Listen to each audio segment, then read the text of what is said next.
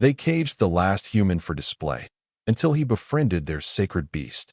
Before we dive into this story, drop a quick hi in the comments and tell me where you're watching from. It really helps support the channel. In the vast echoes of a gilded prison, the last human alive gazed through energy bars at alien faces that viewed him as nothing more than a curious relic of a conquered world. Ronan Cole had been many things in his life: soldier, survivor, fugitive. Now he was the final specimen of humanity, trapped in an ornate display in the Grand Xenological Museum of the Velatri Empire. The Velatri, with their towering frames and iridescent scaled skin, had conquered Earth 50 years ago after a brief but devastating war. Most humans had been eliminated in what the Velatri called the cleansing, believing humanity too dangerous to be allowed freedom in the galaxy. A few had been kept for study, but one by one, they had expired under the harsh conditions of captivity and alien experimentation. At 42 years old, Ronan was now the last. His enclosure, while large enough to move around in comfortably, was his entire world. Transparent energy walls gave visiting Velatri a perfect view of the dangerous creature from all angles. His living quarters consisted of a sleeping platform, a hygiene station, and a small table where he took his meals. The Velatri scientists had recreated what they believed to be authentic human furnishings and artifacts, though most were comical misinterpretations based on incomplete data. And here we have the final human specimen, announced the museum guide, a tall Velatri female with emerald scales that shimmered in the artificial lighting. Notice the lack of protective scales, the soft exterior, and the primitive bipedal structure. Despite their physical weaknesses, humans nearly destroyed themselves through constant warfare before we intervened. The group of young Velatri students chittered excitedly, pressing closer to the energy barrier. One of them, bolder than the rest, tapped on the energy field, sending a ripple of light across its surface. "Is it dangerous?" asked the young Velatri, purple eyes wide with a mixture of fear and fascination. "Extremely," replied the guide, her head crest rising slightly in warning. "Humans destroyed much of their own planet before we arrived. They are inherently aggressive and unpredictable. This specimen is kept under constant sedation to reduce its violent tendencies." Ronan resisted the urge to roll his eyes. The sedation was minimal at best, designed more to create docility for the viewing public than to actually subdue him. He had learned early on that appearing compliant earned him better treatment and less scrutiny. In truth, his mind remained sharp, constantly analyzing, constantly looking for any opportunity. "Does it understand us?" another student asked. "It has been taught basic Imperial Common," the guide explained, "but its primitive brain can only grasp simple concepts." Ronan bit his tongue. He understood Imperial Common perfectly, having spent years listening to his captors. What they didn't know was that he had also learned 3 other Velatri dialects from eavesdropping on the museum staff and guards. Knowledge was his only weapon now, and he hoarded it carefully. As the tour group moved on to the next exhibit, Ronan returned to his daily routine. He performed the physical exercises that kept his body from atrophying in captivity: push-ups, sit-ups, and careful stretches that he disguised as primitive human rituals for the benefit of watching eyes. The Velatri scientists documented everything, believing they were preserving the customs of a dying species. Night in the museum brought relative privacy. The main viewing halls were darkened, though security lights still cast a dim glow through his enclosure. Most nights, Ronan would lie awake, replaying memories of Earth, of freedom, of the family he had lost in the invasion. Tonight, however, was different. Tonight, the routine changed. It began with an unusual sound, a low, resonant humming that vibrated through the floor of his enclosure. Ronan sat up on his sleeping platform, alert and curious. The sound grew louder, and then the lights in the adjacent hall flickered. Security alarms began to blare, and he could hear the heavy footfalls of Velatri guards rushing past his enclosure. Something was happening in the secure wing of the museum, the area that housed the most valuable and dangerous specimens.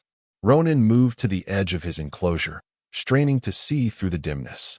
The commotion grew louder, punctuated by shouts in Velatri high speech, a dialect used only by the elite guard. "Contain it immediately. The Velox has breached containment in Section 7. Evacuate all non-essential personnel. Ronan's pulse quickened. The Velox. He had heard whispered mentions of it among the museum staff, some kind of powerful creature recently captured from the outer systems. According to rumors, it was revered by the Velatri as a sacred beast, believed to be connected to their ancient gods. Its capture had been celebrated as a triumph for the Empire, proof of their dominion over all things in the galaxy. The lights flickered again, and then went out entirely. For a moment, Ronan stood in complete darkness, his heart pounding in his chest.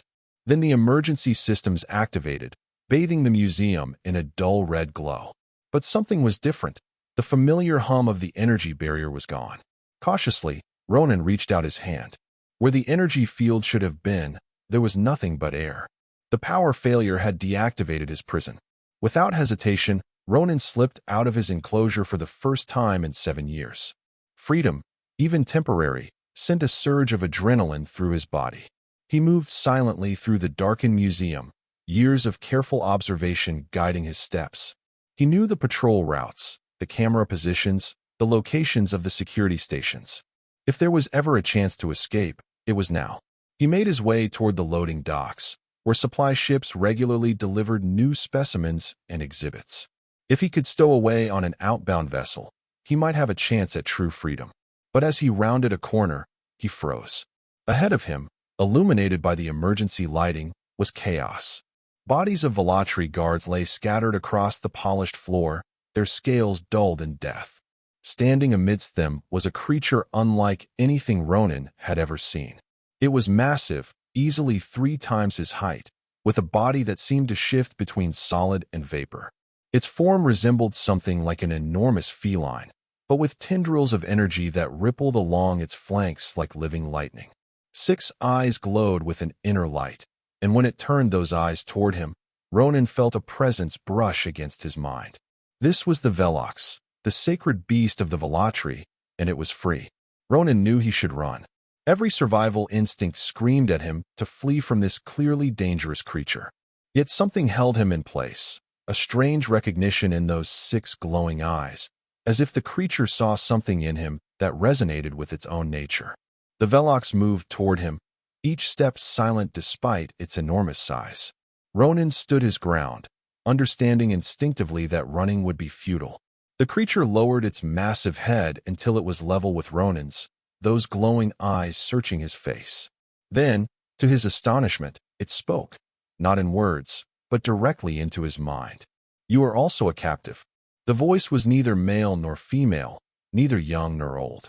It simply was, ancient and powerful and somehow familiar, as if Ronan had always known it would be there. "Yes," Ronan replied aloud, unsure if the creature could understand spoken language. "I am the last of my kind. They keep me here as a specimen. As they keep me," the voice responded in his mind. "They believe they can contain what they do not understand." A commotion down the corridor broke the moment. More guards were coming, their weapons ready. The Velox turned its head toward the sound, a low growl emanating from deep within its chest. "They will cage us both again," it communicated. "Unless we escape together." Ronan didn't hesitate. "Lead the way." The Velox turned and bounded down a side corridor, moving with impossible grace for its size. Ronan followed, struggling to keep pace with the creature. They navigated through the labyrinthine museum, the Velox somehow knowing which turns to take, which doors would open. Whenever they encountered guards, the beast would emit a pulse of energy that sent them crumpling to the floor, unconscious but alive. They reached the loading docks just as a security team was sealing the exits. The Velox paused, its massive body blocking Ronan from view of the guards. "There is only one ship ready for departure," the creature communicated. "We must reach it." Ronan peered around the Velox's flank. Indeed, a small transport vessel was docked at the far end of the bay, its engines humming in pre-launch sequence.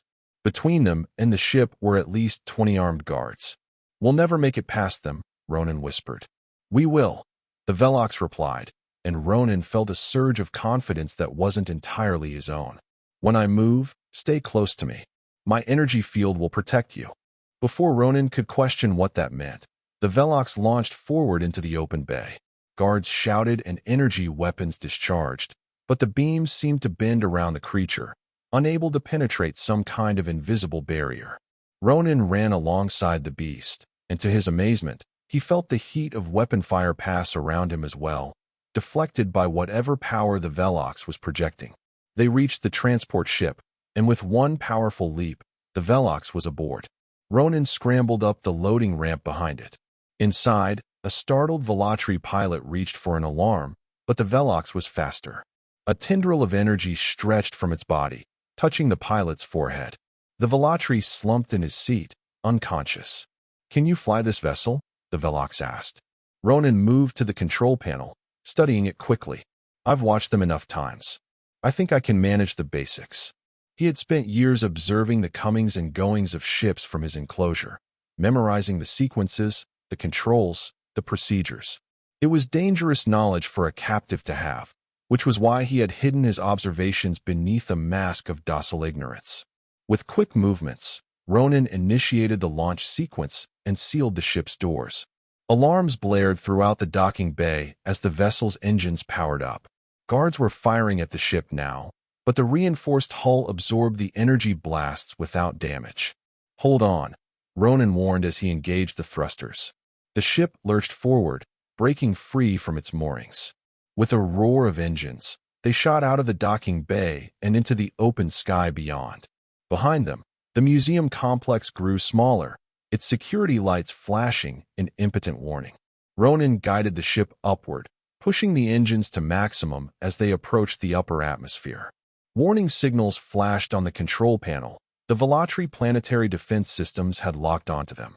"They're going to shoot us down," Ronan said, his hands flying over the controls as he attempted evasive maneuvers he had only ever seen, never performed. The Velox moved to stand beside him, its massive form somehow fitting into the confined space of the cockpit.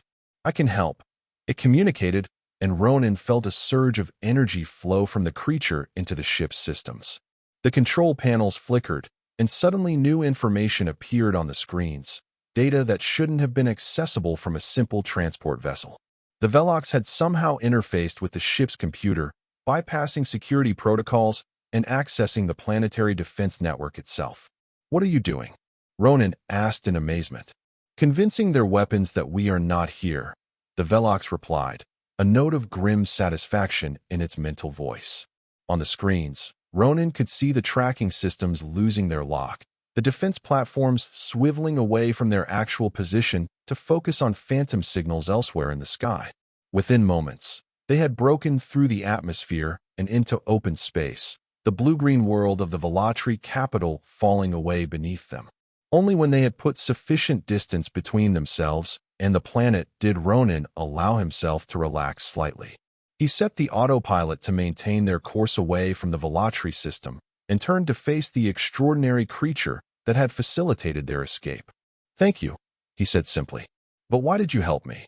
The Velox settled its massive form onto the deck of the small bridge, its energy tendrils gently pulsing with light. "We are alike, you and I. The last of our kinds, captured for display and study by those who fear what they cannot control." "You're the last of your species too?" Ronan asked. "In a manner of speaking," the Velox replied. "My kind does not reproduce as yours does. We are manifestations rather than births. And I am the last manifestation that has occurred in many millennia." Ronan considered this. "The Velatri call you a sacred beast. They revere you, but they caged you anyway. Fear and reverence are often two sides of the same coin," the Velox observed. "They worship what I represent while fearing what I am." The Velatri believe themselves to be the rightful rulers of all things, yet deep in their collective memory, they remember a time when they were not the dominant power. They remember my kind. "What exactly are you?" Ronan asked, unable to contain his curiosity. The Velox's 6 eyes gleamed with something that might have been amusement. "I am what your kind might call a cosmic guardian, a being born from the energies that flow between stars. My purpose is to maintain balance in the living universe." "And the Velatri have upset that balance," Ronan guessed. "Yes. Their empire expands unchecked, consuming worlds and species without regard for the greater harmony. They have eliminated entire civilizations they deemed dangerous, including yours. Ronan felt a pang of grief at the mention of his lost world. They killed billions of us because they were afraid of what we might become. They killed billions of you because they recognized in humanity a reflection of themselves, the Velox corrected. The Velatri once nearly destroyed themselves through warfare and environmental collapse, much as humans were doing. But rather than learning humility from this near extinction, they learned only to fear any species that might follow a similar path and one day challenge them. The ship's computer chimed in alert. Velatri vessels had been dispatched from the capital and were in pursuit. They had perhaps an hour before the faster military craft would overtake their stolen transport. "We need a plan," Ronan said, checking the ship's star charts. "This vessel doesn't have the range to reach any system outside Velatri control." "There is another option," the Velox communicated, moving to the navigation console. Energy tendrils extended from its body, interfacing with the computer. New coordinates appeared on the screen. A location at the edge of the Velatri Empire, in a region of space marked as prohibited. "What's there?" Ronan asked. "A place the Velatri fear to go," the Velox answered. "A world they attempted to colonize 3 centuries ago, only to abandon it when every settler disappeared without explanation. They declared it cursed and have avoided it since." "And you want us to go there?" Ronan asked skeptically. "What if whatever made the settlers disappear is still there?" The Velox's mental voice held a note of what might have been laughter. "What made them disappear is indeed still there, but it will not harm us." "How can you be sure?" "Because," the Velox replied, "it is an old friend of mine." Ronan wanted to ask more questions, but the ship's sensors detected a new wave of pursuit vessels launching from a nearby Velatri outpost. They needed to move quickly. He input the coordinates the Velox had provided and engaged the drive at maximum power. "This is going to drain our fuel reserves," Ronan warned. "If there's nothing useful at this mysterious destination of yours, we'll be stranded." "We will find what we need," the Velox assured him, settling its massive form on the deck once more. "For now, you should rest. You have been captive for a long time. Your body requires recovery." Ronan wanted to argue, but suddenly the adrenaline that had been carrying him drained away, leaving exhaustion in its wake. He realized the Velox was right. He needed rest. Setting the ship's alerts to wake him if anything approached, he made his way to a small crew cabin. As he lay down on the narrow bunk, a thought occurred to him. "You know, you never told me your name. Do you have one?" The Velox was silent for a moment, as if considering. "Names are a concept that has little meaning to my kind. We simply are. But the Velatri who first encountered my manifestation called me Azrakel, after an entity from their ancient mythology. You may use that designation if you wish." "Azrakel," Ronan repeated, testing the name. "I'm Ronan. Ronan Cole." "Rest now, Ronan Cole," Azrakel communicated, its mental voice growing distant as Ronan's eyes grew heavy. "We have a long journey ahead." As Ronan drifted into the first truly peaceful sleep he had experienced in 7 years, he did not see the way Azrakel's form shifted, tendrils of energy extending throughout the ship, enhancing its systems, accelerating its passage through space. Nor did he see the creature's 6 eyes turn toward the stars ahead, glowing with ancient purpose. Hours later, Ronan awoke to an urgent alert from the ship's computer. They were approaching the coordinates Azrakel had provided, but something was wrong. The ship's sensors were malfunctioning, unable to provide clear readings of what lay ahead. He hurried to the bridge, where Azrakel stood motionless, gazing out the forward viewport. Outside, space itself seemed to ripple and distort, like heat waves rising from hot pavement. "What is that?" Ronan asked, moving to stand beside the cosmic guardian. "A boundary," Azrakel replied. "A veil between what is known and what is hidden." "Hidden from the Velatri, you mean?" "Hidden from all who would disturb the balance," Azrakel corrected. "Beyond this veil lies a sanctuary world, one of many scattered throughout the galaxy, preserved for species threatened with extinction." Hope sparked in Ronan's chest, a dangerous, painful hope he had not allowed himself to feel in years. "Are you saying?" "Yes, Ronan Cole. You are not, in fact, the last human." Azrakel's mental voice held gentle compassion. "When the Velatri attacked Earth, my kind intervened. We could not save everyone. We arrived too late for that. but we managed to evacuate several thousand humans before the final bombardment. They were brought here, to this sanctuary.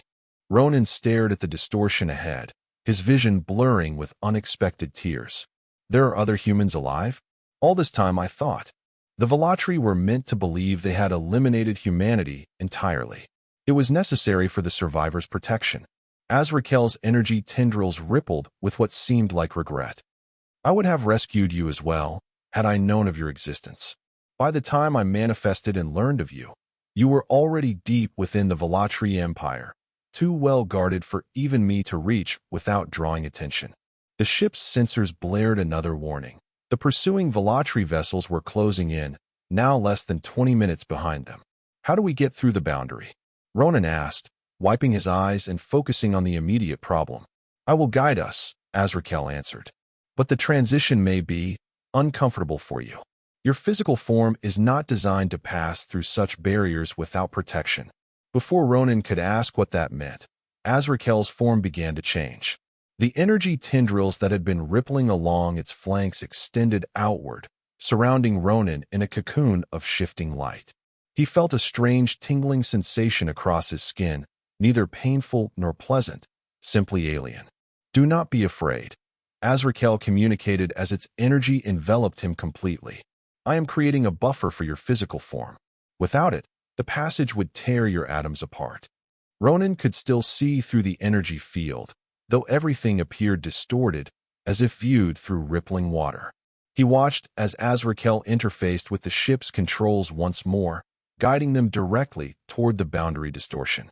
Brace yourself, came the Guardian's mental warning. And trust me, the ship plunged into the distortion, and reality itself seemed to fracture around them. Ronan felt a sensation of being simultaneously stretched and compressed, as if his body existed in multiple places at once. Only the protective energy of Azrakel kept him from being overwhelmed by sensations no human was meant to experience. For what seemed like an eternity, but might have been only seconds, they existed in a state between states, neither here nor there, neither now nor then. And then, with a final lurch that would have sent Ronan tumbling if not for Azrakel's protective field, they broke through. The distortion vanished behind them, replaced by the serene beauty of a star system previously hidden from detection. Directly ahead orbited a blue-green planet, smaller than Earth, but remarkably similar in appearance. As the ship's sensors came back online, they confirmed an atmosphere and environment compatible with human life. Slowly, Azrakel withdrew the energy field from around Ronan, allowing him to stand on his own once more. Welcome, the Guardian communicated, to Haven. Ronan approached the viewport, gazing down at the planet with wonder and trepidation. After 7 years believing he was the last of his kind, the thought that other humans might be waiting on the surface below seemed almost too much to bear. Hope was a dangerous thing for a prisoner. He had learned to live without it. Now it flooded back, threatening to overwhelm him. How many, he asked quietly, how many humans are down there? When I last visited, 5 years ago, the population had grown to nearly 12,000, Azrakel replied. They have established several settlements across the main continent, and the Velatri have no idea this place exists. None. The boundary prevents detection by any conventional means. Even if they followed us to the exact coordinates, they would see nothing but empty space. As if to confirm this, the ship's sensors showed the pursuing Velatri vessels arriving at the location where they had passed through the boundary. The warship slowed, scanning the apparently empty region, unable to detect any trace of their quarry. After several minutes of fruitless searching, they began to disperse, returning to their regular patrol routes. They've given up, Ronan observed, feeling a weight lift from his shoulders. We're safe. For now, Azrakel cautioned. But the fact that both of us escaped together will cause significant concern among the Velatri leadership. They will intensify their searches, perhaps even attempt to develop technology that can penetrate the boundary. We have bought time, not permanent security. Ronan nodded, understanding the Guardian's warning. Then we need to make use of that time. If there are 12,000 humans here, that's enough for a viable population, but it's still precarious. We need to find a way to ensure humanity's long-term survival. That, Azrakel communicated with approval, is precisely why I brought you here. The humans of Haven need someone who understands the true nature of the threat they face, someone who has seen the Velatri Empire from the inside. The ship began its descent toward the planet's surface, guided by Azrakel's connection to the vessel's systems. As they broke through the cloud layer, Ronan caught his first glimpse of human habitation below, orderly settlements nestled in valleys and along coastlines, fields of crops arranged in concentric patterns, and what appeared to be solar collection arrays glinting in the sunlight. "They've accomplished so much," he murmured, a surge of pride rising in his chest. "Yes," Azrakel agreed. "Humans are remarkably adaptable. They have combined their own technology with knowledge provided by my kind to create a sustainable civilization here. But they have also been cautious, limiting their electromagnetic emissions and energy signatures to avoid any possibility of detection." The ship approached a clearing on the outskirts of the largest settlement, a town of perhaps 3,000 people, situated where a river met the sea. As they drew closer, Ronan could see figures gathering below, alerted to their approach. His heart began to pound at the thought of seeing other humans for the first time in 7 years. "They appear concerned by our arrival," Ronan noted, watching the people below scatter and regroup in what appeared to be defensive positions. "Do they know who we are?" "They recognize me," Azrakel communicated. "I am one of only 3 guardians who regularly visit this sanctuary, but they will be surprised by your presence. No new humans have been brought to Haven since the initial evacuation." The ship settled gently onto the ground, its engines powering down. Through the viewport, Ronan could see that the gathering crowd had organized itself. A small group approached the ship cautiously, while others maintained a watchful perimeter. They carried tools that could serve as weapons if needed, a sensible precaution, even in a sanctuary. "Are you ready?" Azrakel asked. Ronan took a deep breath, suddenly nervous. "What if they don't believe me? What if they think I'm some kind of Velatri trick?" "They will know the truth," Azrakel assured him. "I will vouch for your identity, and they have means to verify your human genetics. More importantly, you carry memories of Earth that only a true human could possess." Nodding, Ronan straightened his simple garments, the clothes he had been provided in his museum enclosure, marked with the Velatri xenological identification glyphs. "Let's go." Azrakel opened the ship's hatch, and together they emerged into the sunlight of Haven. The air smelled fresh and clean, reminiscent of Earth, but with subtle differences. New plant species creating unique scents, a slightly different atmospheric composition, giving the breeze a distinctive character. The welcoming committee had stopped a cautious distance away. At their center stood an older woman with short gray hair and the bearing of someone accustomed to leadership. Her eyes widened at the sight of Ronan, and she stepped forward, separating herself from the others. "Azrakel," she called out, her voice strong and clear. "We were not expecting you. And you bring a stranger?" The cosmic guardian moved forward, energy tendrils rippling with gentle luminescence in the daylight. "Counselor Hayes, I bring you Ronan Cole, rescued from captivity within the Velatri Empire. He is human, one who survived the fall of Earth and has endured years as the only specimen in their xenological museum." The woman, Hayes, studied Ronan intently, her expression a mixture of suspicion and wonder. "We were told all other humans had been eliminated," she said carefully. "How can we be certain he is what you claim?" Before Azrakel could respond, Ronan stepped forward. "I was a lieutenant in the North American Defense Coalition when the invasion began," he said, his voice rough with emotion. "I survived the initial attacks, joined the resistance, and was captured during the Battle of Denver, what we called the Last Stand. I've spent 7 years in a display case being gawked at by the same bastards who destroyed our world." His bluntness seemed to surprise the counselor, but then a smile touched her lips. "Well, you certainly sound human." She turned to one of her companions. "Dr. Barrett, would you please verify?" A tall, thin man stepped forward, holding what Ronan recognized as a modified medical scanner. He approached cautiously, holding the device up. "This won't hurt," he assured Ronan. "It's just checking your genetic structure." The scanner hummed softly, and after a moment, Dr. Barrett nodded. "He's human, all right. No signs of genetic modification or Velatri tampering." Counselor Hayes stepped forward and, to Ronan's surprise, embraced him. Then let me be the first to welcome you to Haven, Lieutenant Cole. You've come home. The simple words broke something in Ronan. Home. A concept he had forced himself to forget, knowing he would never see Earth again. Yet here, on this distant planet, surrounded by other survivors of humanity, the words suddenly had meaning once more. Thank you, he managed, his voice thick with emotion. I thought I was the last one. As did we all, when we first arrived, Hayes said, stepping back, but keeping a comforting hand on his shoulder. Come. You must be exhausted and hungry. We'll take you to the community center where you can rest and eat, and we can begin to answer the 1,000 questions I'm sure you have. As the group began to move toward the settlement, Ronan glanced back at Azrakel, who had remained beside the ship.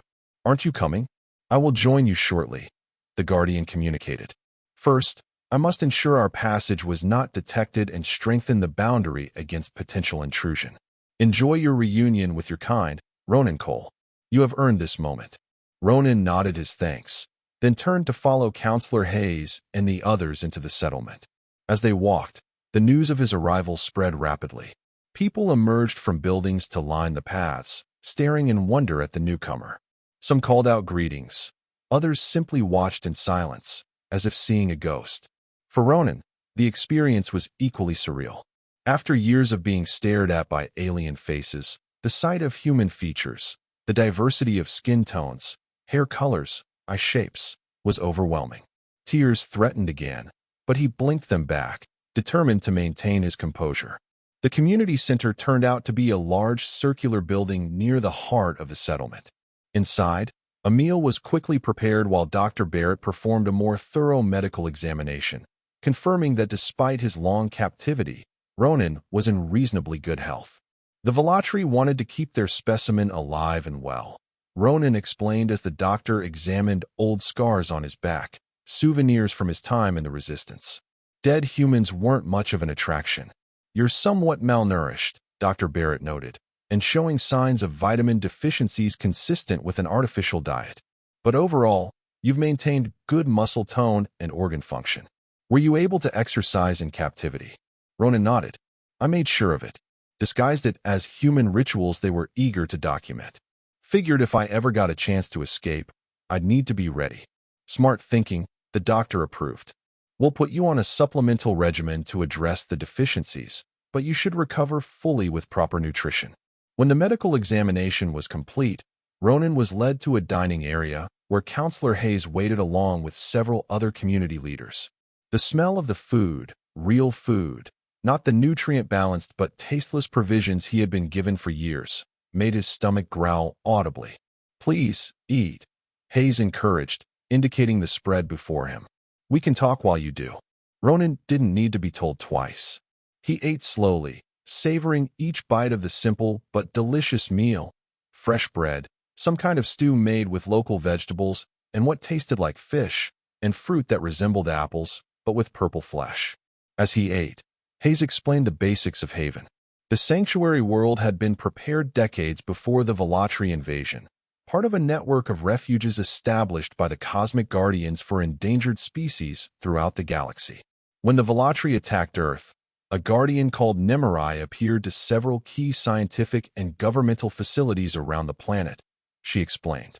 Those of us who heeded the warning had mere hours to gather as many people as possible before the final bombardment began. The evacuation was chaotic. Families were separated.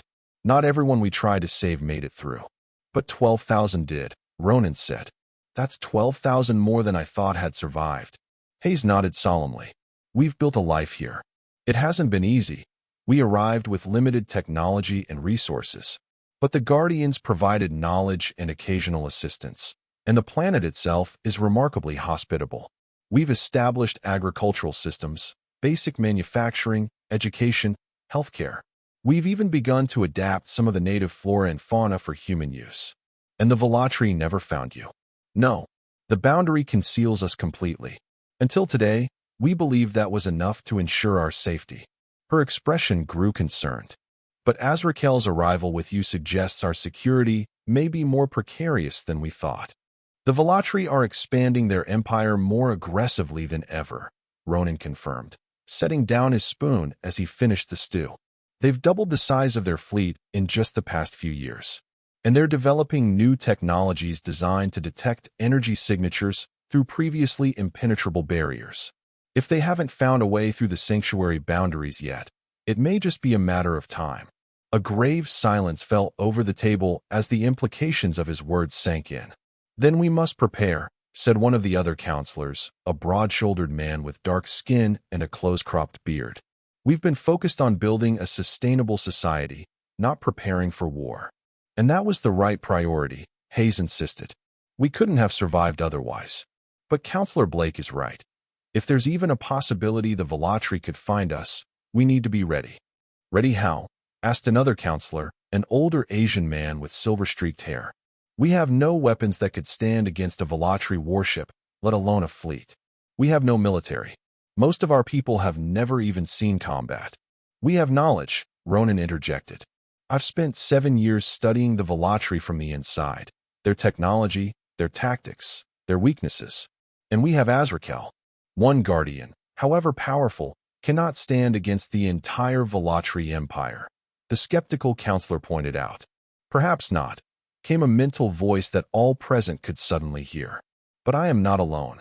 Azrakel entered the community center, its massive form somehow fitting through the doorway despite its size. Another reminder that the Guardian's physical appearance was merely a manifestation of something far more complex. The other Guardians have been alerted to the situation, Azrakel communicated. They are strengthening the boundaries around all sanctuary worlds. But Ronan is correct. The Velatri are developing technologies that may eventually penetrate our protections. We must prepare for that possibility. How? Hayes asked. What can 12,000 humans with limited technology do against an empire that spans dozens of star systems? We can be what the Velatri fear most, Ronan said, a plan beginning to form in his mind. A species that learns from its mistakes and grows stronger from adversity. They destroyed Earth because they saw in us a reflection of their own past, a civilization on the brink of self-destruction that might, if it survived that crisis, emerge stronger and wiser. They couldn't allow that possibility. So we proved them right, Blake said, understanding dawning in his eyes. We become the species they feared we could be. Not through conquest or aggression, Ronan clarified, but through innovation and adaptation. The Velatri Empire has grown complacent in its dominance. Their technology has plateaued. They replicate and refine rather than truly innovate. That's why they fear species like humanity, with our constant drive to improve and change. Azrakel's mental voice held approval. Precisely. And you have an advantage the Velatri do not recognize. Humans are not alone in resenting Velatri dominance. Throughout their empire, subjugated species chafe under their rule. Many would welcome liberation. You're suggesting an alliance? Hayes asked. I'm suggesting a resistance, Ronan corrected. A network of species working together against Velatri oppression. But first, we need to make contact with these potential allies. And to do that, we need to be able to move freely outside the sanctuary. Which means we need ships, Blake said. Faster and more capable than the transport you arrived in. And we need to understand Velatri technology well enough to counter it, added the older counselor. On both counts, Azrakel communicated, I believe I can assist. The Guardians have repositories of knowledge that include technological specifications from thousands of civilizations, including some more advanced than the Velatri. And as for ships, there is a facility on the far side of this planet, established when the sanctuary was created, that contains the necessary equipment to construct space-worthy vessels. Hope began to spread around the table, cautious at first, then growing stronger as the possibilities expanded. This won't be quick or easy, Ronan warned. We're talking about challenging an empire that stood unchallenged for centuries. It will take years of preparation, careful planning, and perfect execution. We've had 7 years to build a new life here, Hayes said, determination hardening her features. We can take the time needed to do this right. The question is, are you willing to lead this effort, Lieutenant Cole? You're the only one among us who truly understands what we're facing.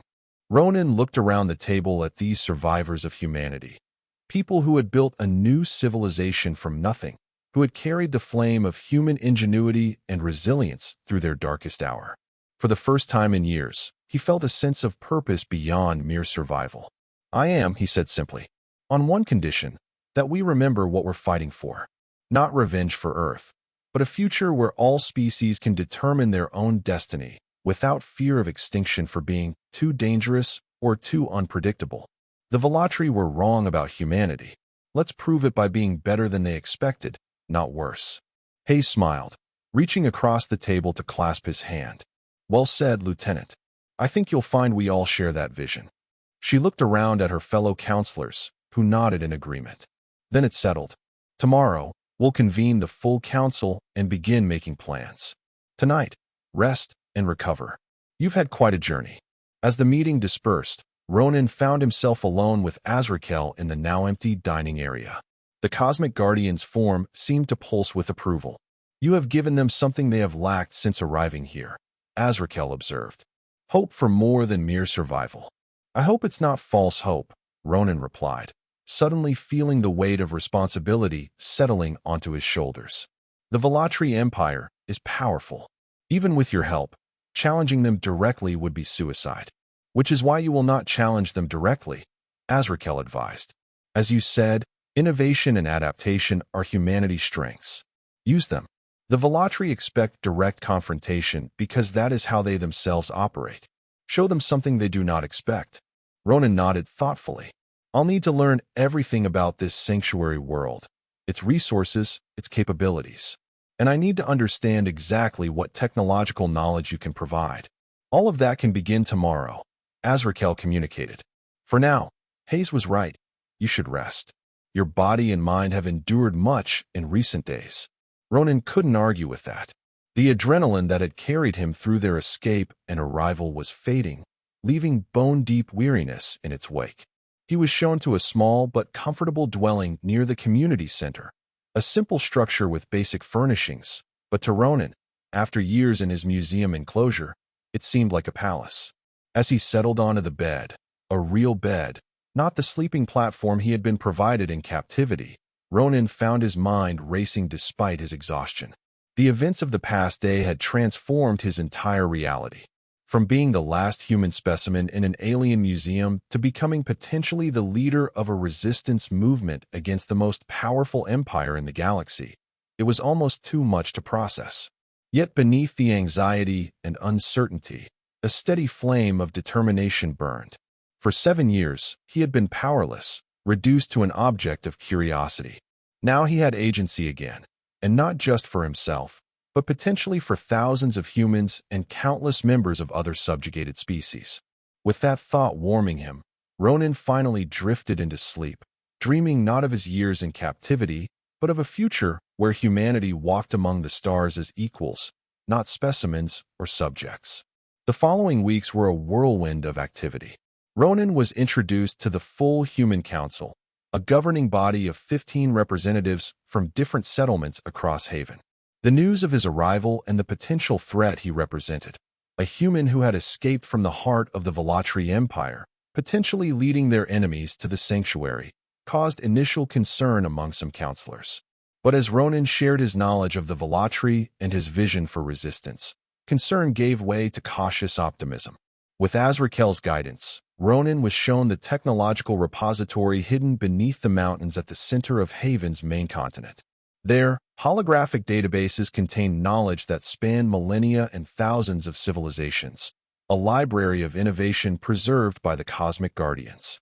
"This is incredible," Ronan breathed as he walked through halls of glowing data crystals, each containing more technological information than all of human history had produced. "Why didn't you share this with the human settlers when they first arrived?" "Balance," Azrakel explained. "The Guardians provide knowledge as it is needed, not before. Had the humans of Haven been given unrestricted access to this repository immediately, they might have developed in ways that would have made them detectable despite the boundary's protection. Technology without wisdom leads to the very self-destruction the Velatri feared in your species." Ronan understood the Guardian's caution, though part of him couldn't help but wonder how much further along their resistance might be if this knowledge had been available from the beginning. Still, Even limited access to the repository provided tremendous advantages. Within days, a team of Haven's engineers and scientists was assembled to begin studying specific technologies that might give them an edge against the Velatri. Parallel to these efforts, Ronan worked with Blake, who turned out to have been a naval tactician before the fall of Earth, to begin planning for the creation of a small fleet. Azrael led them to the shipbuilding facility on the far side of the planet, a vast complex hidden beneath a mountain range, dormant for centuries but still functional. The Guardians constructed this facility to provide emergency evacuation capability should this sanctuary ever be compromised, Azrael explained as automated systems came to life around them, illuminating massive construction bays capable of producing vessels far larger than the transport ship that had brought them to Haven. "This changes everything," Blake said, examining the facility's capabilities with growing excitement. "With this, we could build ships that could outrun and outmaneuver anything in the Velatri fleet. Assuming we can master the technology," Ronan cautioned. "This is generations beyond what humanity had achieved before the fall of Earth, which is why we will proceed methodically," Azrael advised, beginning with smaller vessels designed for stealth and reconnaissance rather than direct confrontation. This approach aligned perfectly with the strategy Ronan had been developing, a campaign based not on military might, but on intelligence gathering, selective sabotage, and building a network of allies among the subjugated species of the Empire. The first phase would involve sending small teams and stealthy ships to assess the current state of the Velatri Empire and identify potential allies. By the end of the first month, the initial designs for these reconnaissance vessels were complete, and construction had begun. Simultaneously, Ronan started the process of recruiting and training crew members. This proved more challenging than expected. Most of Haven's population had settled into peaceful agricultural and scientific pursuits.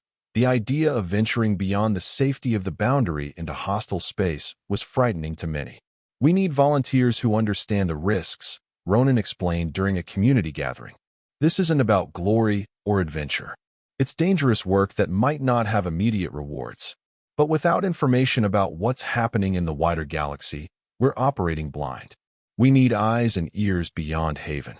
Slowly, a core group of volunteers came forward, mostly younger people who had been children during the evacuation from Earth and had grown up on stories of the world they had lost. Among them was Alara Hayes, Counselor Hayes' daughter, a brilliant engineer who had been only 10 years old when Earth fell. "I want to see what's out there," she told Ronan during her interview. Now 27, Alara had grown up in the relative safety of Haven, but had never lost her curiosity about the universe beyond. "I've spent my life helping build our community here, but I've always known there was more to our story than just surviving on this planet." Her technical expertise, combined with a natural aptitude for problem-solving under pressure, made her an ideal candidate for the reconnaissance missions. Despite her mother's concerns, Alara was among the first selected for training. The training program itself was intensive, combining Ronan's knowledge of Velatri protocols and systems with new skills needed to operate the advanced vessels they were building. Azrael provided crucial insights into Velatri culture and psychology that would help the teams navigate encounters without raising suspicion. 6 months after Ronan's arrival on Haven, the first reconnaissance vessel was ready for its maiden voyage. Named the Pathfinder, it was a sleek craft designed to mimic the energy signatures of common Velatri trading vessels while incorporating far more advanced propulsion and stealth systems derived from the Guardian repository. "She's beautiful," Alara said as she and Ronan conducted final systems checks the day before launch. The ship's interior was compact but efficiently designed, with accommodation for a crew of 6 and state-of-the-art sensor arrays capable of gathering detailed intelligence without being detected. "She is," Ronan agreed. "And if all goes according to plan, the Velatri will never even know she exists." He turned to Alara, his expression serious. "Are you sure about this mission? Once you're beyond the boundary, the Guardians can't directly protect you. If you're captured—" "I know the risks," she said firmly. "We all do. But staying hidden forever isn't a solution. Sooner or later, the Velatri will develop technology to penetrate the boundary.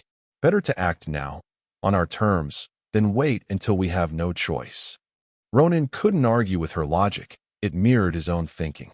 Still, as mission commander, he felt responsible for every crew member who would be venturing into danger. Just remember the protocols. Gather information, avoid direct contact with Velatri authorities, and if compromised, the mission is automatically aborted. No heroics. Understood, Commander, Ilera replied with a hint of a smile. Though I seem to recall your escape from the museum involved quite a bit of heroics.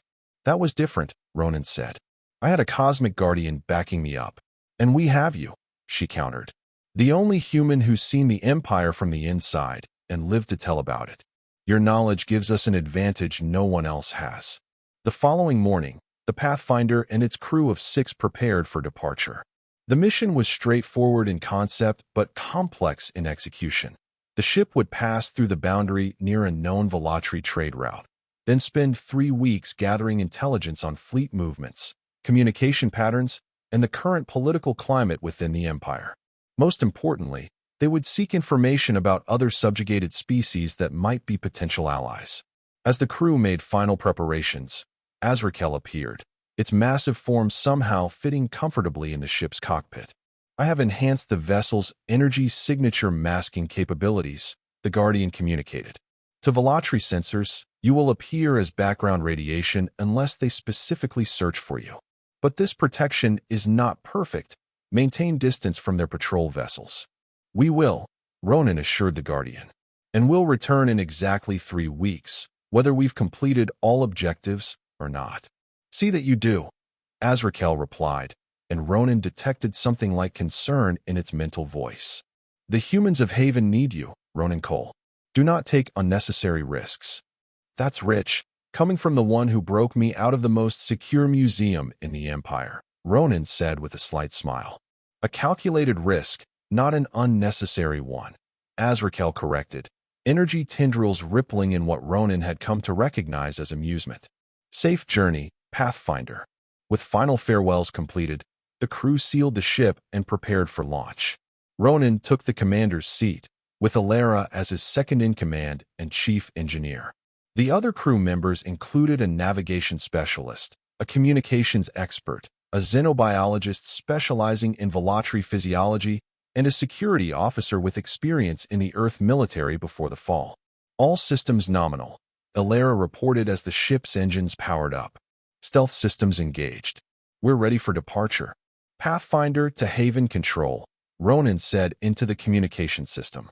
Requesting clearance for launch. Clearance granted, Pathfinder, came Counselor Hayes' voice. Godspeed and safe return. The ship rose smoothly from the landing pad, its advanced propulsion system nearly silent as it accelerated upward through Haven's atmosphere. Within minutes, they had reached orbit and were setting course for the designated boundary crossing point. Boundary approaching in 3 minutes, the navigation officer reported. Preparing for transition, Ronan felt a flutter of anxiety in his stomach. The last time he had crossed the boundary, he had been protected by Azrakel's energy field. This time, the ship's own systems would have to shield them from the disorienting effects of the passage. All crew, secure for boundary transition, he ordered, dampening fields at maximum.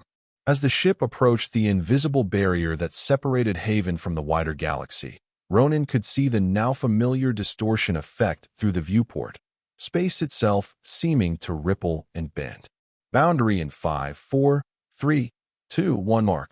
The Pathfinder plunged into the distortion, and for a heart-stopping moment, all systems flickered. The crew experienced a sensation of vertigo as reality itself seemed to shift around them. Then, with a final lurch, they broke through to the other side. Transition complete, Ilera reported, checking her instruments. All systems functional. Stealth protocols holding. Ronan released a breath he hadn't realized he was holding. Excellent. Set course for the Velatri trade route, 1/4 power. Let's not announce our presence with a flashy entrance. The Pathfinder moved silently through space, its advanced sensors already gathering data on the surrounding region. According to their intelligence, they had emerged near the outer edge of Velatri territory, in a sector that saw regular merchant traffic but limited military presence. For 3 days, they observed the trade route from a safe distance, recording ship movements, communication frequencies, and identification protocols. On the fourth day, they had their first close encounter with a Velatri patrol vessel. Velatri cruiser detected at bearing 173, the sensor operator reported. Current trajectory will bring them within active scanning range in 6 minutes. Options? Ronan asked, studying the tactical display. We could retreat to minimum safe distance, the navigation officer suggested. But they might detect our engine signature if we move too quickly. Or we could enhance our masking field and hold position, Alara countered. If we power down all non-essential systems, we might appear as nothing more than a small asteroid. Ronan considered both options. Let's try Alara's suggestion. Power down everything except life support and minimal stealth systems. All crew, maintain communication silence until the cruiser has passed.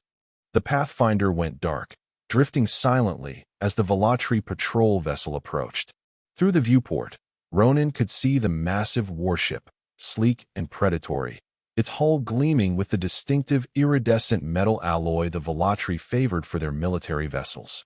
It was a stark reminder of the power they were ultimately challenging. They're initiating a standard sweep, the sensor operator whispered, watching the incoming data. Wideband energy detection, gravimetric analysis, thermographic scanning. Tense minutes passed as the cruiser completed its patrol pattern. At one point, it adjusted course slightly, moving closer to their position. Ronan's hand hovered over the emergency protocols. If they were detected, they would need to make an immediate escape, possibly sacrificing the mission but preserving the crew and the secrecy of Haven. Finally, the cruiser moved on, continuing its patrol route without indication that it had detected anything unusual. We're clear, the sensor operator confirmed after several more minutes of silence. They've moved beyond detection range and show no signs of suspicious behavior. Ronan nodded, relieved but not complacent. Good work, everyone. Let's power systems back up gradually. No sudden energy spikes that might draw attention. As the mission progressed, the Pathfinder gathered increasingly valuable intelligence.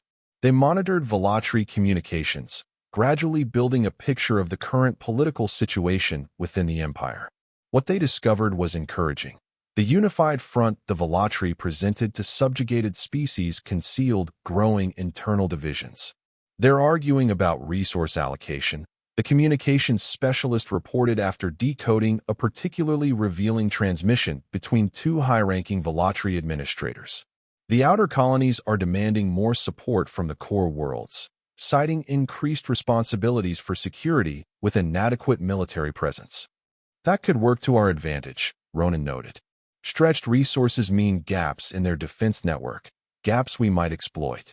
Even more promising was the information they gathered about potential allies. By monitoring both official channels and what appeared to be underground resistance communications, they identified 3 species that seemed particularly restive under Velatri rule. The Talari, a technically advanced insectoid species whose homeworld had been annexed a century ago. The Mandari, a telepathic humanoid species valued by the Velatri for their predictive abilities but kept in conditions approaching slavery. And the Vorax, a species of brilliant engineers whose innovations were routinely claimed as Velatri discoveries. The Vorax especially could be invaluable allies, Alara pointed out during a mission briefing in the Pathfinder's small conference room. Their understanding of Velatri technology would complement our own innovations. If we could establish contact. That's beyond the scope of this mission, Ronan reminded her. For now, we gather information only. Direct contact with potential allies will come later, once we've established secure channels and protocols. The most disturbing discovery came during the 3rd week of their mission, when the Pathfinder detected unusual activity around a remote Velatri research station. Using their long-range sensors, they observed what appeared to be testing of a new type of detection technology, one specifically designed to identify anomalous energy patterns consistent with the sanctuary boundaries. They haven't made the breakthrough yet, the xenobiologist assessed after studying the data, but they're getting closer. Based on the patterns of their testing, I'd estimate they're still years away from a functional system, but they're definitely on the right track. Then we have a deadline, Ronan said grimly. We need to be ready before they develop that technology. As the end of their 3-week mission approached, the crew began preparing for the return journey. They had accomplished more than Ronan had dared hope, gathering critical intelligence without detection. Just one final task remained: planting a series of automated monitoring devices at strategic points along the trade routes, which would continue to feed information back to Haven after their departure. Final beacon deployed, Alara reported as they released the last of the tiny, virtually undetectable monitoring devices. Transmission test successful. Haven will receive data updates every 72 hours, encrypted using the quantum protocol. Excellent, Ronan said. Set course for the boundary crossing point. It's time to go home. The return journey was uneventful until they approached the boundary itself. As they neared the coordinates where they had originally crossed, the navigation officer frowned at his instruments. Commander, I'm detecting unusual energy readings at the crossing point. It's fluctuating somehow. Ronan moved to examine the sensor data himself. Indeed, the normally stable boundary was showing signs of disturbance, ripples of energy that seemed to pulse in an irregular pattern. Could it be a natural phenomenon? He asked, concerned. Unlikely, Alara replied, running her own analysis. The pattern is too regular for natural occurrence, but too irregular for Velatri technology. It's almost as if the boundary itself is being manipulated, Ronan finished. Contact Haven Control. We need guidance before attempting to cross.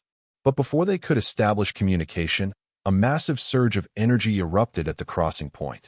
The distortion expanded rapidly, and from within it emerged a sight that left the entire crew speechless. A Velox, similar to Azrakel but with tendrils of crimson rather than blue energy. Another guardian, Alara whispered in awe. The new Velox turned its 6 glowing eyes toward their vessel, and immediately Ronan felt a presence touch his mind. Pathfinder, came a mental voice distinct from Azrakel's, deeper, with an undertone that resonated like distant thunder. I am Mornith. Azrakel sent me to escort you back through the boundary. There have been developments. What kind of developments? Ronan asked, instantly alert. The Velatri have increased patrols in this sector following your escape from the museum, Mornith communicated.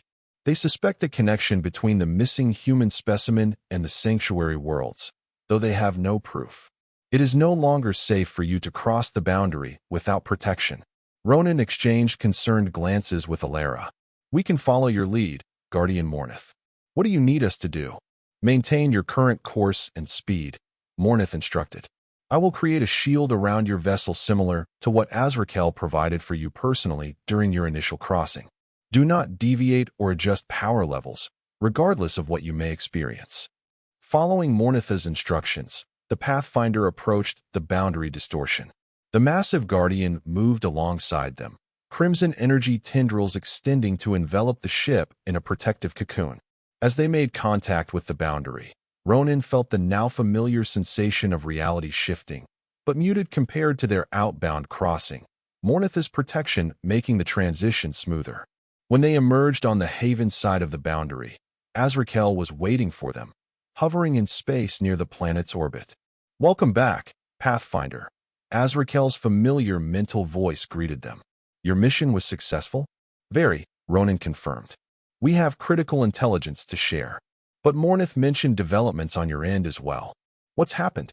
It is better explained planet-side, Azrakel communicated. The Council awaits your return. They have been preparing. The cryptic response left Ronan uneasy as they completed their approach to Haven. As the Pathfinder descended through the atmosphere, he noticed immediate changes to the landscape below. New structures had appeared around the main settlement, what looked like defensive installations and expanded manufacturing facilities. When they landed, Counselor Hayes was waiting, along with Blake and several other council members. Their expressions were grave. Welcome back, Commander, Hayes greeted Ronan as he descended the ship's ramp. Your timing is fortuitous. We have much to discuss. So I've gathered, Ronan replied. What's happened? Hayes glanced at Azrakel, who had materialized beside the landing pad. 2 days after your departure, our long-range sensors detected unusual activity at the boundary, Velatri scout ships approaching closer than ever before. They didn't penetrate, but they were clearly testing new detection methods. Just as we observed at their research station, Ronan confirmed. They're developing technology to find the sanctuaries. Yes, Blake interjected, but there's more. Azrakel believes they're accelerating their efforts specifically because of your escape. The Velatri High Command has connected the dots between the last human specimen and the possibility of more humans surviving elsewhere. They fear what they cannot control, Azrakel added, its mental voice reaching all present. The thought that humans might exist beyond their reach, potentially growing stronger, has created significant anxiety among their leadership. They have designated the location of human survivors as their highest intelligence priority. Ronan absorbed this news with a growing sense of urgency. Then we need to accelerate our plans as well. Based on what we observed, they're still years away from technology that could penetrate the boundary, but we shouldn't count on that timeline holding. Agreed, Hayes said, which is why we've begun implementing the defense initiatives you proposed before your departure. Come, the full council is waiting to hear your report and finalize our next steps. As they walked toward the community center, Ronan was struck by how much had changed in just 3 weeks. The settlement had taken on a more organized, almost military efficiency. People moved with purpose, and he noticed new facilities, what appeared to be training grounds, expanded manufacturing centers, and communications arrays. You've been busy, he observed to Hayes. Once the threat became clear, the council voted unanimously to shift to a war footing, she explained. Not everyone agrees with the decision. Some fear we're abandoning what makes us human by preparing for conflict. But most understand the necessity. In the council chamber, Ronan and his crew presented their findings in detail, the political divisions within the Velatri Empire, the potential allies they had identified, and the concerning development of boundary detection technology. The council listened attentively, asking pointed questions that revealed how much their strategic thinking had evolved during the Pathfinder's absence. Based on all this, Counselor Blake concluded after the presentation, we need to move forward with Phase 2 immediately. Direct contact with potential allies, particularly the Vorex. Agreed, Hayes said. But we must do so carefully. If the Velatri discover our existence through careless outreach to their subject species, we could accelerate the very confrontation we're trying to prepare for. Ronan nodded thoughtfully. We need a secure method of communication and a way to verify that we're contacting genuine resistance elements, not Velatri informants. On that matter, Azrakel interjected, the Guardians may be of assistance. We maintain certain connections with individuals among the subjugated species who share our concern for balance. They can serve as initial points of contact. The discussion continued late into the night, with plans being refined and assignments distributed. By morning, a comprehensive strategy had emerged. Haven would accelerate ship production, focusing on both reconnaissance vessels and small, agile craft suitable for covert operations. Simultaneously, they would establish contact with potential allies through the Guardian network, beginning with the Vorex, whose technical expertise would be most immediately valuable. In the months that followed, Haven transformed from a simple colony of survivors into the heart of a growing resistance movement. The Pathfinder made additional reconnaissance missions, each time gathering more detailed intelligence and, eventually, making initial contact with representatives from other species. The first such meeting occurred 6 months after the initial mission, when the Pathfinder rendezvoused with a Vorex engineer at an abandoned mining outpost in a system neglected by Velatri patrols. The engineer, Zeth, had been secretly working against Velatri technical dominance for decades, hiding revolutionary innovations to prevent them from being appropriated. Your existence changes everything, Zeth told Ronan during that first meeting, his multifaceted eyes gleaming with excitement beneath a protective hood that concealed his distinctive Vorex features. The Velatri have told all subjugated species that humanity was completely eradicated, a warning of what happens to dangerous civilizations. To learn that humans survive, hidden beyond Velatri reach, it gives hope to all who resist. Similar meetings followed with representatives from the Talari and Mindari, each bringing unique perspectives and capabilities to the growing alliance. The Talari offered their unparalleled expertise in communication systems that could evade Velatri detection, while the Mindari's telepathic abilities provided early warning of Velatri intentions and movements. Back on Haven, The shipbuilding facility operated at full capacity, producing vessels designed with combined human innovation and technology from the Guardian repository. Training programs prepared crews not just for space travel, but for the complex, dangerous work of resistance operations, sabotage, intelligence gathering, and eventually, direct action against Velatri targets. Through it all, Ronan worked closely with Azrakel, whose guidance proved invaluable in navigating the complex political landscape of the subjugated species. The Cosmic Guardian's perspective, spanning millennia and countless civilizations, helped temper human impatience with strategic patience. The Velatri Empire was not built in a day. Azrakel reminded Ronan during a particularly frustrating strategy session, when progress seemed too slow against the looming threat. Neither will its transformation come quickly. What matters is not the speed of change, but its inevitability. 2 years after Ronan's arrival on Haven, the Resistance had grown from concept to reality. A network of operatives from a dozen species now worked in concert, sharing intelligence, resources, and a common goal: the transformation of the Velatri Empire from oppressor to equal member of a galactic community. The humans of Haven had found their place in this network, not as leaders imposing their will, but as catalysts inspiring change. Their very survival represented hope, while their technological innovations, combining Earth's legacy with Guardian knowledge, provided tools the Resistance desperately needed. For Ronan personally, these years had been transformative. From captive specimen to Resistance commander, he had found purpose beyond survival. And something else, unexpected but welcome, connection. His working relationship with Alara Hayes had deepened into friendship and eventually into love, a development that surprised them both, but brought joy to lives long shadowed by loss and struggle. Yet even as the Resistance grew stronger, so too did the Velatri response. Their boundary detection technology continued to advance, and increased patrols made crossing between Haven and the wider galaxy increasingly dangerous. The sanctuary remained secure for now, but Ronan and the Council knew they were working against a deadline that grew shorter with each passing day. The turning point came 3 years and 2 months after Ronan's escape from the museum.